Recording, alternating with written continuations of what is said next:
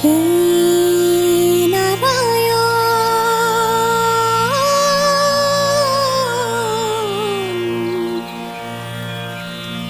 কি অবতার, প্রাণর কাতর তোমার শরণ, যাতনা যত আমার জীবন, অকালর আঘাতে ঘুনিয়া করিলে কৃপা